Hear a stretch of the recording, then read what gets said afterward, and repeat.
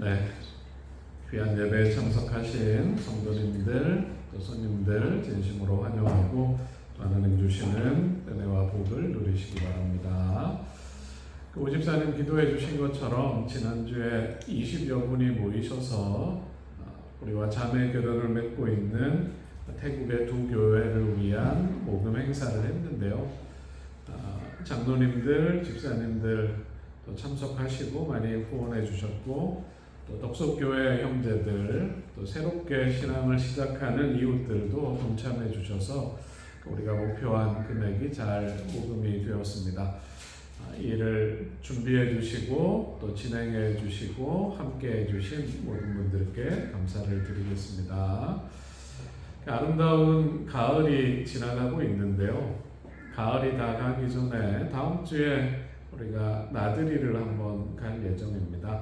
오전에 예배를 드리고 오후에 아름다운 천연계를 찾아서 산책도 하고 서로 대화도 나누고 또 사랑을 나누는 시간을 갖겠습니다. 다음 주에 많이 동참해 주시길 바랍니다.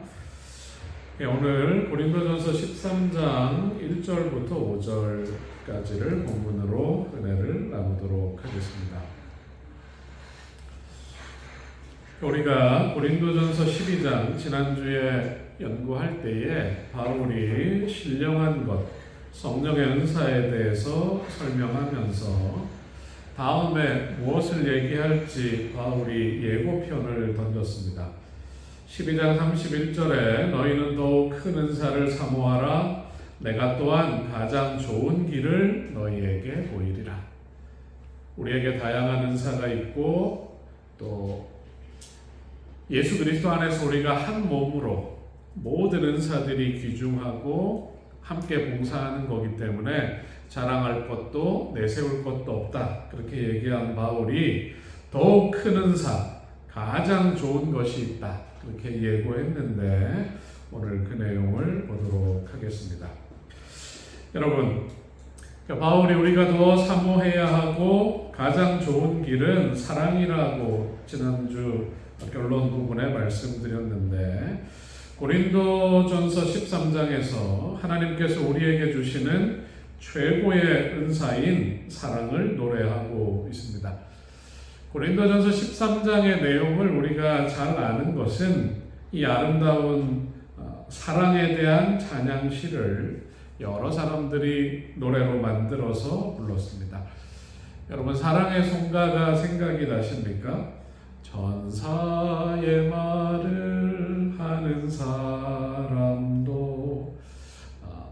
복음성가로 어느 교회들에서는 그들의 성가곡집에 넣어서 이 찬양을 부르면서 고린도전서 13장을 생각합니다. 그리고 젊은 시절에 정두영 님이 작사 작곡한 사랑은 언제나 오래 참고, 네, 이게 생각나시는 기성세대시고 우리 자녀들은 그런 노래가 있군요 이렇게 생각을 할 것입니다. 그리고 저희가 대학교 다닐 즈음에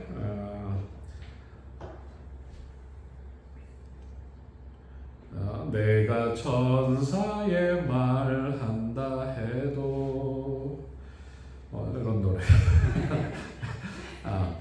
원래 이 노래는 제목이 We Have Nothing, 아무 소용없다, 그런 제목인데 미국의 제임스 스티븐슨과 조셉 마틴이 함께 지은 노래인데 미국에서보다는 우리나라에 잘 알려져서 널리 애창됐고 또 결혼식 축하 연주곡으로 인기가 많았던 곡입니다. 그래서 우리가 이런 노래들을 부르면서 고린도전서 13장의 내용을 다 알고 있어요. 바울은 고린도전서 13장 4절로 7절에서 사랑이 가지는 성령의 은사 중에 가장 중요한 은사인 사랑이 가지는 15가지 특성을 나열하는데 15가지 중에는 해야 할 것, 사랑의 본질이 있는데 그것은 하나님의 품성의 특성입니다. 그리고 사랑한다면 하지 말아야 할 것 8가지는 죄의 속성이고 그 당시에 고린도 교회에 나타나고 있던 문제들이기 때문에 너희들이 사랑의 은사를 받았다면, 사랑해야 한다면 이런 일들은 하지 말아야 한다고 말하고 있습니다. 오늘 15가지 덕목을 다 살피면 너무 많기 때문에 4절과 5절 절반의 내용을 통해서 바울이 말하는 하나님께서 우리에게 주시는 사랑의 은사가 무엇인지, 또 하나님은 왜 이 크고 귀한 은사를 우리가 깨닫고 그렇게 살기를 원하시는지 함께 생각해 보겠습니다. 자, 먼저 1절부터 3절을 한번 읽어보겠습니다. 시작. 내가 사람의 마음과 천사의 말을 할지라도 사랑이 없으면 소리나는 구리와 울리는 꽹과리가 되고, 내가 예언하는 능력이 있어 모든 비밀과 모든 지식을 알고 또 산을 옮길 만한 모든 믿음이 있을지라도 사랑이 없으면 내가 아무것도 아니요, 내가 내게 있는 모든 것으로 구제하고 또 내 몸을 불사르게 내줄지라도 사랑이 없으면 내게 아무 유익이 없느니라. 바울이 언급하는 이 아주 놀랍고 능력 있고 귀한 은사들, 12장에 나오는 그런 내용들인데, 이런 은사들이 있다 할지라도 뭐가 없으면? 사랑이 없으면 소리나는 구리와 울리는 꽹과리가 되고, 사랑이 없으면 아무것도 아니고, 사랑이 없으면 아무 유익이 없다, 그렇게 이야기하고 있습니다. 고린도전서 13장에 사랑이라는 말이 계속 반복되고 있는데, 먼저 이 사랑이라는 단어의 정의를 먼저 좀 하고 넘어가겠습니다. 여기 보이는 이분은 C.S. 루이스라는 잉글랜드 영국 사람인데, 우리 시대의 최고의 기독교 사상가요 작가로 인정받고 있는 책입니다. 그래서 순전한 기독교라는 책은 현대 사회를 향한 기독교 변증서이고, 이분이 4가지 사랑이라는 책을 썼어요. 그가 설명한 4가지 사랑은 애정이 있고, 우정이 있고, 에로스가 있고, 자선이 있습니다. 그러면서 그가 한 말 중에 우리는 에로스에 의해 태어나고, 스토르게에 의해 양육되고, 필리아에 의해 성숙하고, 아가페로 완성된다. 여기 4가지 헬라어는 다 다르지만 사랑이라는 말입니다. 인간의 본질을 아주 잘 설명한 글이라고 평가를 받는데, 사람 사이에 존재하는 사랑이라는 감정을 그리스어 다른 말로 표현하고 있는데, 남녀 간의 사랑을 에로스라고 합니다. 부모와 자식, 혈육이 가지고 있는 사랑을 스트로게라고 하고, 친구나 같은 동료들에게서 느끼는 사랑을 필리아라고 합니다. 그리고 하나님의 사랑, 인간을 향한 하나님의 사랑, 하나님을 향한 우리의 사랑, 하나님께서 우리가 알고 실천하기를 원하는 사랑을 아가페라고 부릅니다. 사람은 남녀의 사랑에 의해서 태어나고, 가족의 사랑으로 양육되고, 동료와 친구들, 함께 살아가는 사람들과의 우정과 사랑을 나누면서 성숙해가요. 그러다가 그가 하나님을 만나고 하나님의 사랑이 무엇인지, 그 사랑을 깨닫게 되면 이제 하늘에 가기에 합당한 사람, 그리스도인, 또 인생의 완성을 이루게 되는 것입니다. 앞으로 우리가 말하는 사랑은 이 4가지 중에 뭘까요? 아가페 사랑에 대해서 바울은 이야기하고 있는 것입니다. 아가페 사랑은 이 사랑을 받으면 자신이 가치 있는 존재라고 느끼는 아주 고상한 사랑입니다. 하나님께서 나를 아가페 하신다, 사랑하신다. 그러면 나는 아주 소중한 존재구나. 하나님의 사랑을 깨달은 사람이 이렇게 느끼는 것입니다. 예수님을 만나서 말씀을 듣고 용서를 받고 회개하고 구원을 경험한 사람들이 마치 집으로 돌아온 아들이 나는 보잘것없는 종과 같다 그렇게 생각했지만, 아버지가 나를 아들로 귀하게 여기시는 그 사랑을 느끼는 것과 같은 바로 그 사랑이 아가페입니다. 그래서 이 아가페는 순간적인 감정에 반응하는 것이 아니라 원칙에 기초한 사랑입니다. 사랑의 대상의 훌륭한 특성에 대해서 하나님이 아주 존귀하고 귀한 분이기 때문에 우리가 사랑하는 것입니다.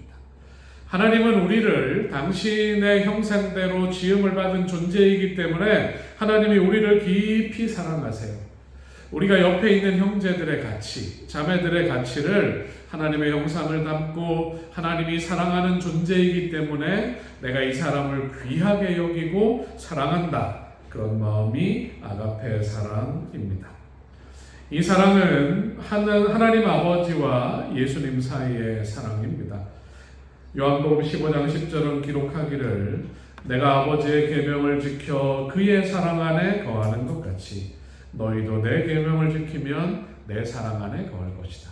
아버지와 나와의 사랑의 관계처럼 너희가 나의 계명을 지키면 나와 아버지가 나누는 그 사랑의 관계에 너희가 들어간다. 그렇게 얘기하는 것입니다. 잃어버린 인류를 위한 삼위 하나님의 구속의 사랑이고 그리스도인 상호 관계에 실증되는 특별한 특징이고 하나님과 우리 사이의 관계를 나타낼 때 이 아가페가 사용됩니다. 자, 요한에서 2장 5절 한번 읽어보겠습니다. 누구든지 시작. 누구든지 그의 말씀을 지키는 자는 하나님의 사랑이 참으로 그 속에서 온전하게 되었나니 이로써 우리가 그의 안에 있는 줄을 아노라.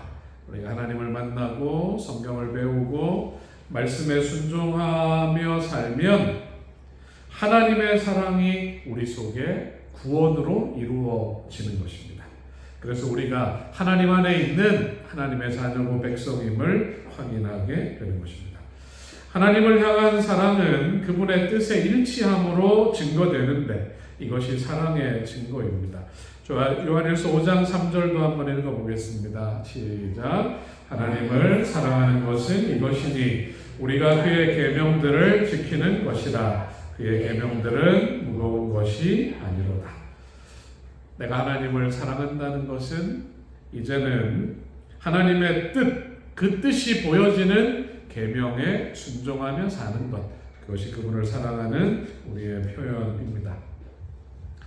고린도전서 13장이 노래하는 사랑은 이 사랑입니다. 이 아가페 사랑입니다. 고린도 교회는 우리가 계속 살피고 있는 것처럼 내부의 불화 때문에 생긴 분쟁과 파당으로 큰 어려움을 겪었습니다. 또한 자기의 우월한 자질과 은사를 자랑하는 사람들이 있었습니다. 바울은 우리가 먼저 읽은 1절에서 3절에서 아가페 사랑이 없으면 여러 가지 성령의 은사를 소유해도 아무 소용이 없다고, 그리스도인이라면 사랑이 필요하다고 우리에게 말하고 있는 것입니다. 바울은 고린도 교회 성도들이 갖기를 원하는 성령의 은사들을 나열하면서 그리고 그 은사를 가졌다고 자랑하고 다른 사람을 무시함으로 문제를 일으키는 교회를 향하여 이 귀하고 아름다운 성령의 은사보다 사랑의 은사가 더 귀하고 이것을 사모하라고 가르치고 있습니다. 여러분, 사랑이 없다면, 사랑하지 못한다면 아무 소용이 없습니다. 교회와 성도들이 가장 먼저 이루어야 할 일이 있다면 이것입니다. 우리 같이 한번 읽어보겠습니다. 사랑하는 자들아, 시작. 사랑하는 자들아, 하나님이 이같이 우리를 사랑하셨은즉 우리도 서로 사랑하는 것이 마땅하도다.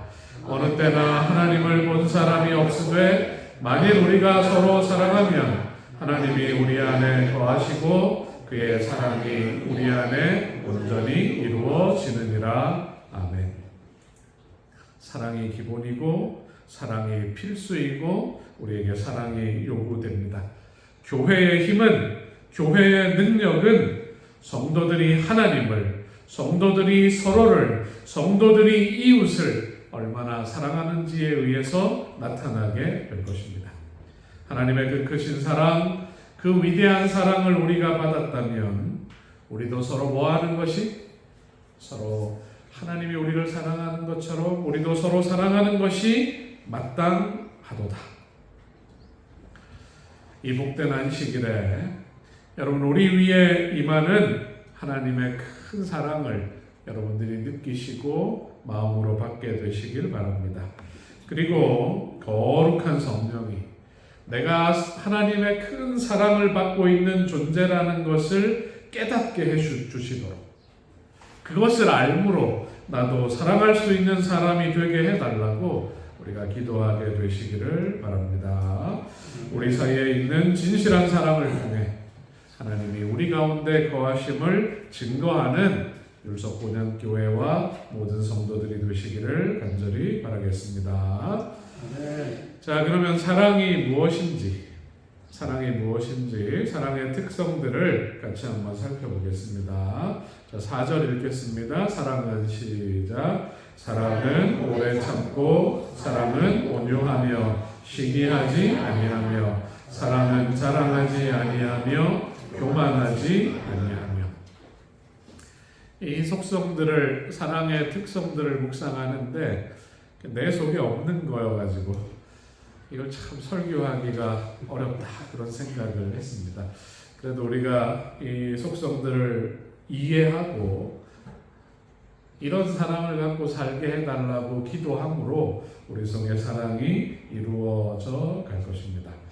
사랑은 오래 참고, 이러면 이제 언젠가 어느 분이 설교하시면서 이건 이렇게 읽어야 된다. 사랑은 오래 참고.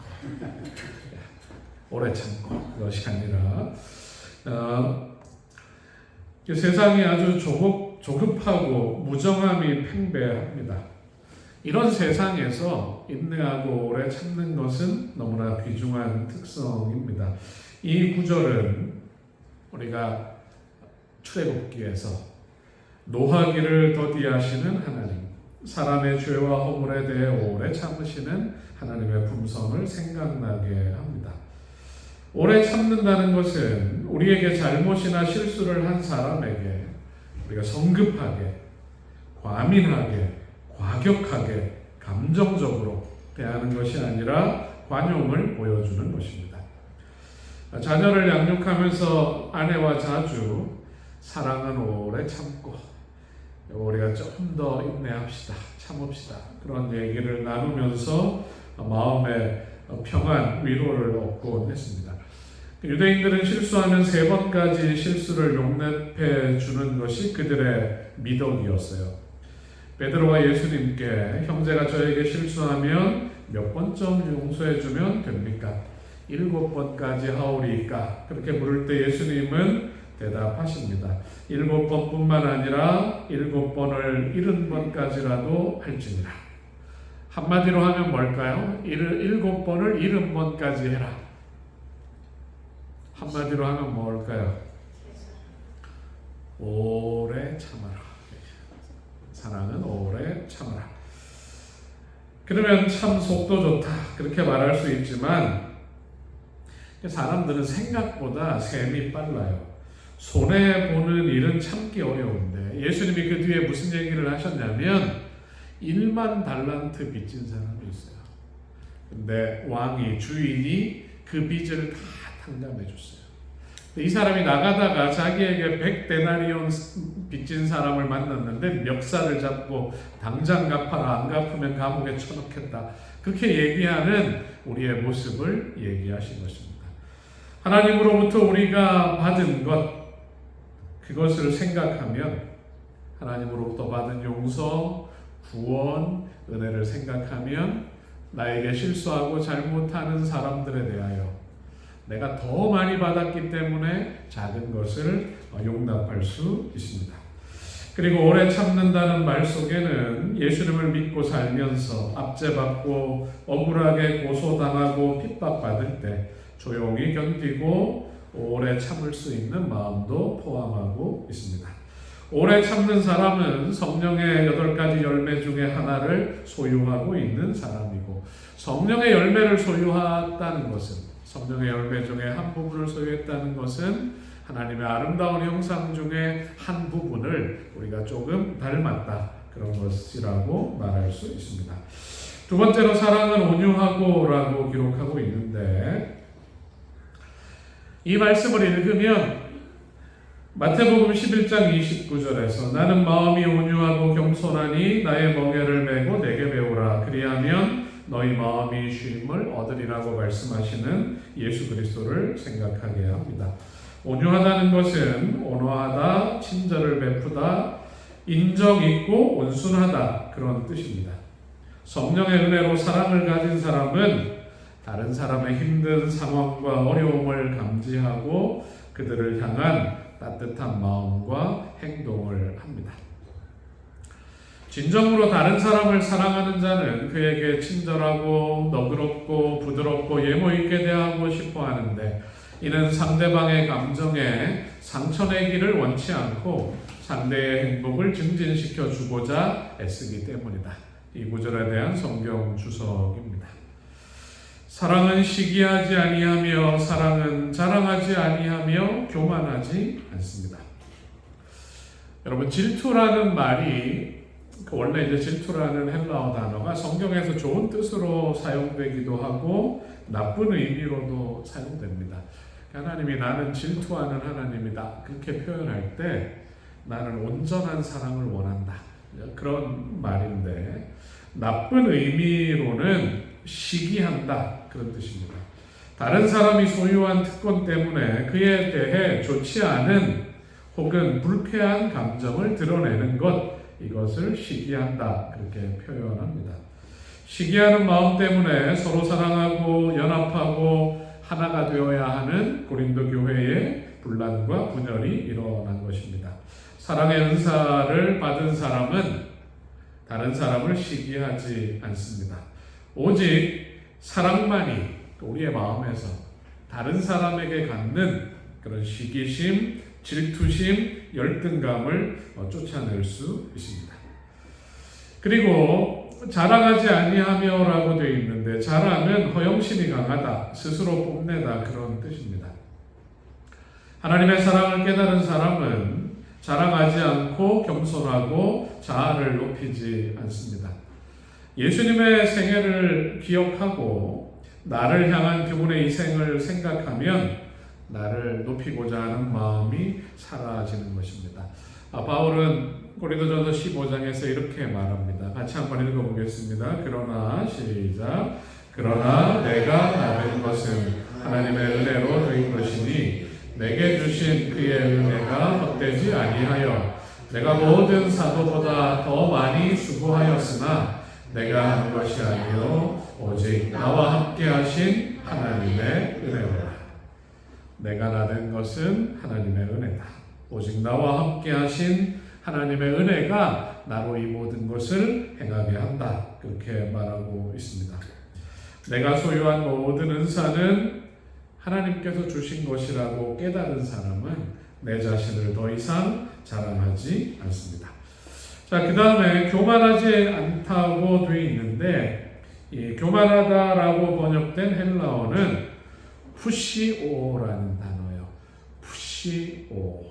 읽으면서 이제 이 단어의 뜻과 아주 발음이 비슷하다, 그런 생각이 들어요. 우리가 이제 풍선을 푹 하고 불잖아요. 푸시오. 이렇게 풍선을 불면 부풀어 올라요. 공기가 꽉 차고 부풀리다는 동사에서 이제 은유적인 뜻으로 허영심, 교만, 자랑, 이런 뜻이 나왔습니다. 자기가 다른 사람보다 좀 더 알고 내가 다른 사람보다 좀 더 뛰어난 재능을 가진 사람들이 자만과 자부심을 가집니다. 고린도 교회 안에 내가 저들보다 더 나은 은사를 가졌다 주장하면서 만용을 부리고 자만에 빠진 사람들이 교회 안에서 문제를 일으켰습니다. 여러분, 예수님께서 이 세상에 오셨을 때 예수님이 모르시는 게 있었을까요? 예수님 다 아세요. 예수님이 못할 일이 있으셨나요? 못할 일이 없으셨어요. 하지만 그분은 한 번도 교만하거나 자랑하는 모습을 보이신 적이 없습니다. 그분이 가진 사랑은, 예수님이 마음 가운데 하나님에 대해 가지고 우리에게 가졌던 그 사랑은 자기가 중요하다고 내세우거나 내가 한 일에 대해 다른 사람이 칭송하고 또 높여달라고 요구하지 않으셨습니다. 여러분, 우리가 살펴본 것처럼 시기, 자랑, 교만은 루스벨이 가졌던 정신입니다. 루스벨은 가장 많은 사랑과 은사, 재능과 축복을 받았지만 그는 시기와 자랑과 교만으로 예수 그리스도를 시기하고 자기의 능력을 뽐내고 싶고 사람들로부터 칭송받고 싶은 마음에 죄를 저지르고 타락하게 된 것입니다.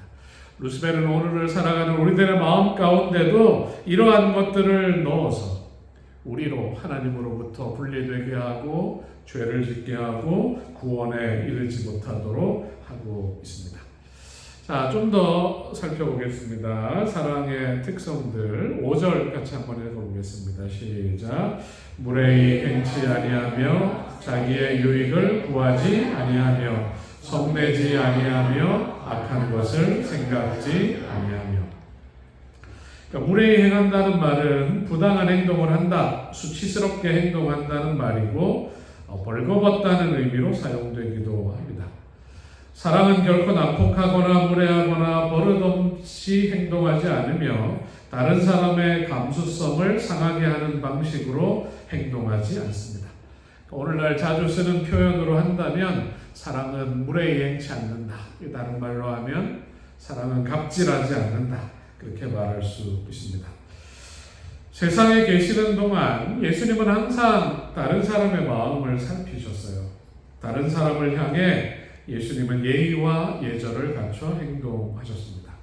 충동대로, 감정대로, 본성대로 행하는 행동들은 교회 안에서 자제되어야 할 덕목입니다.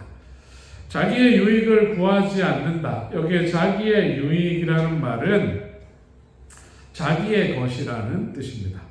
사람이 자기의 유익을 최우선으로 살고 자신의 영향력과 명예를 인생의 목적으로 살아가고 있어요. 사람이 가진 모든 특성 가운데 이것은 성화되지 못한 사람이 이해하기 가장 어려운 덕목 중에 하나입니다. 어떻게 내 유익을 구하지 않고 살아갈 수 있을까? 내 것을 포기하며 살 수 있을까? 우리가 이런 도전을 받게 되는 것입니다. 침례 요한이 고백을 합니다. 사람들의 관심이 다 예수께로 향해 가고 요한의 제자들에게 나와서 침례받는 사람보다 예수님의 제자들에게 침례받는 사람들이 많아서 속이 상한 그의 제자들이 이 사실을 말할 때 요한이 뭐라고 얘기했습니까? 그는 흥하여야 하겠고 나는 쇠하여야 하리라.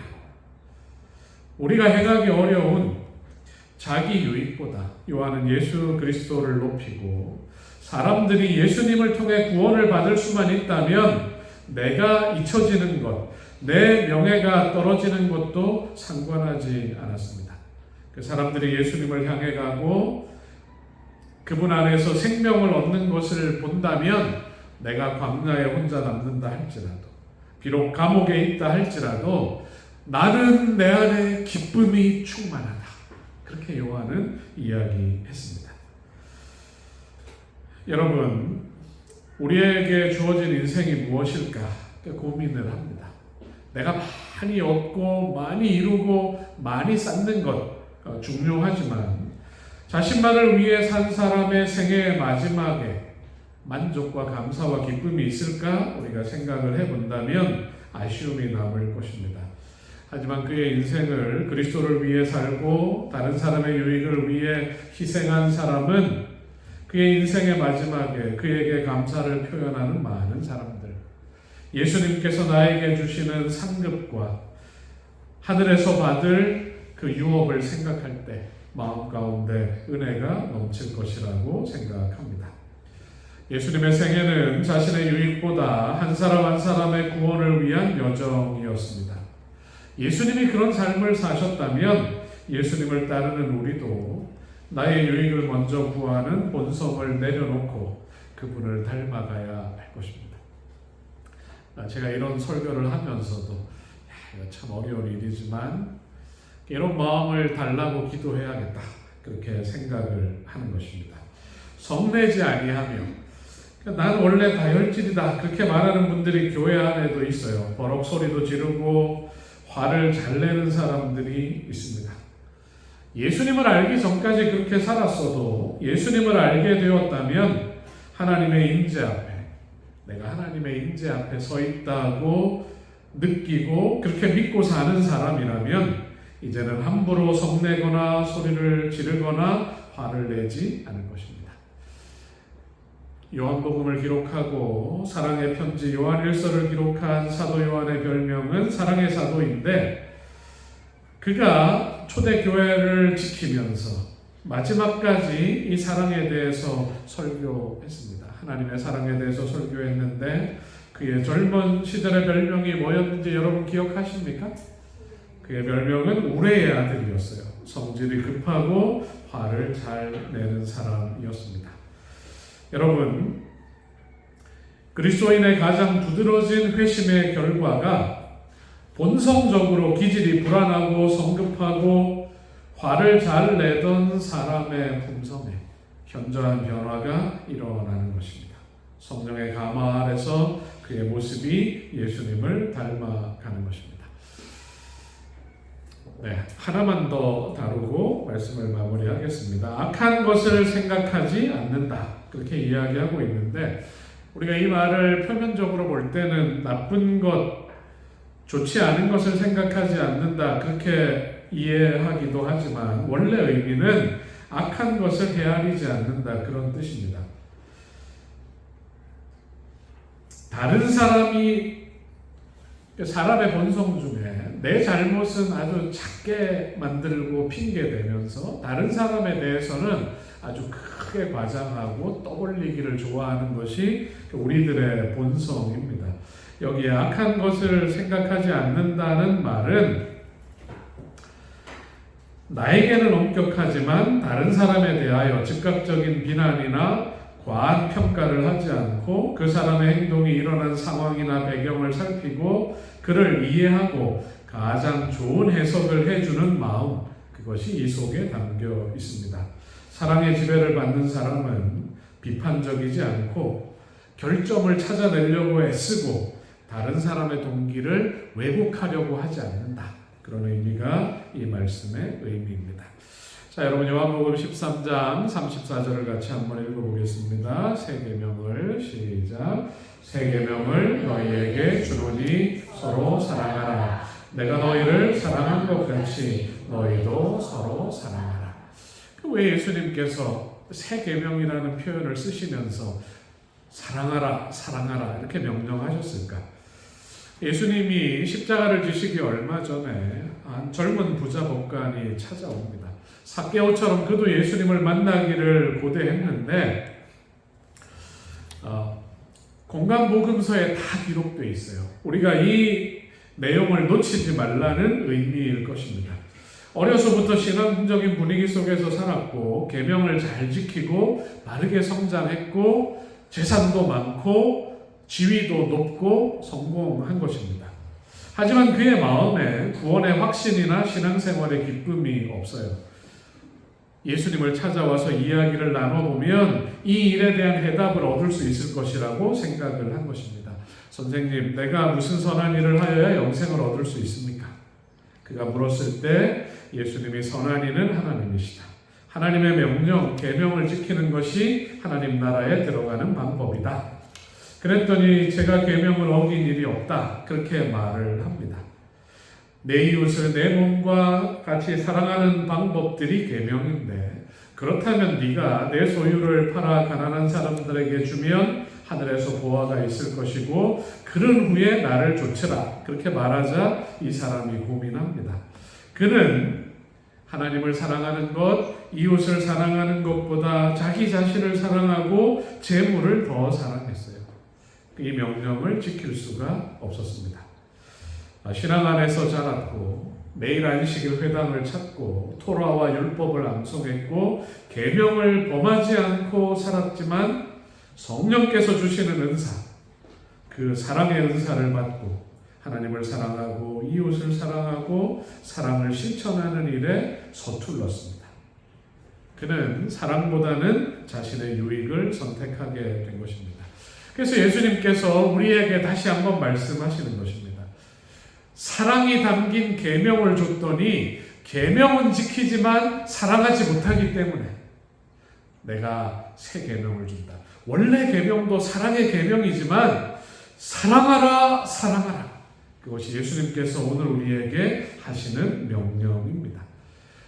사랑해보지 않겠니? 사랑이 좋은 거다. 예수님이 그렇게 말씀하셨나요? 계명을 주로니 뭐하라? 사랑하라. 그것이 예수님께서 오늘 우리에게 하시는 말씀입니다. 여러분, 저희가 아이를 키울 때 큰아이가 아이들이 야채를 잘 안 먹었는데 토마토를 썰어주면서 이건 의무다 그렇게 얘기하면 구역질을 하면서라도 그 토마토를 입에 넣어서 삼켜요. 왜냐하면 반드시 해야 되는 일이라고 생각했기 때문에 그렇게 한 것입니다. 몇 번 그렇게 먹다 보면 그 맛을 알아서 잘 먹을 줄 알았어요. 근데 지금도 토마토를 싫어합니다. 그럼에도 불구하고 나를 위해서 꼭 해야 되는 일이라고 명령하신다면 그 명령에 순종하겠어요. 그 마음이 너무 귀하고 사랑스럽게 생각되는 것입니다.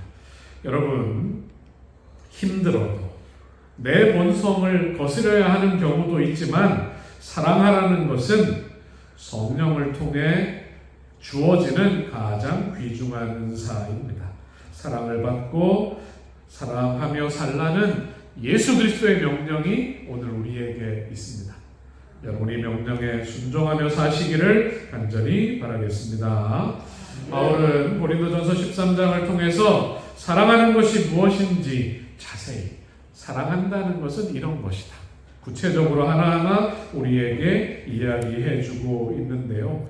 우리가 이 구절들을 묵상하면서 내 삶에 적용하고 하나님의 품성인 아가페 사랑의 의미를 이해하고 그것을 실천함으로 이르러 올 때 우리 마음에 느껴지는 참된 행복, 참된 기쁨, 감사, 은혜를 누리며 살게 되기를 바라면서 오늘 말씀을 마치겠습니다. 함께 일어나셔서 헌신의 찬미 463장을 부르겠습니다.